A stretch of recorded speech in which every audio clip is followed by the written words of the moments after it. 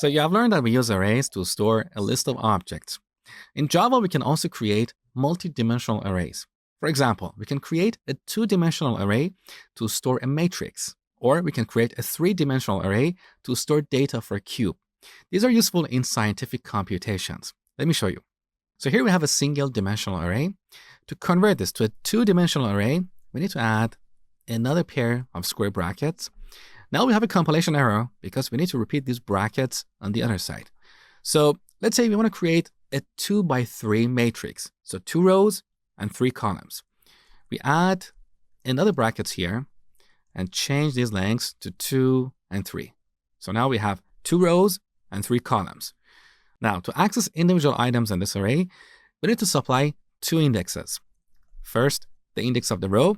So we can go to the first row and then the first column and initialize that to 1. Now let's print this.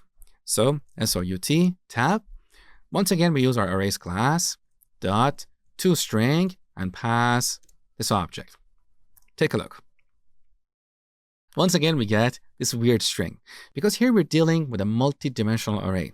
To solve this problem, we need to use another method in this class called deep toString. We use this for printing multi-dimensional arrays.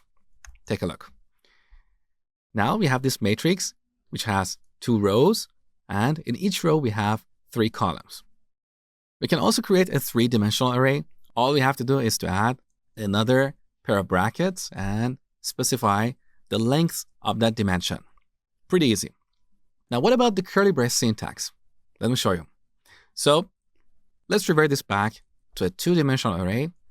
We're going to get rid of the new operator and use curly braces.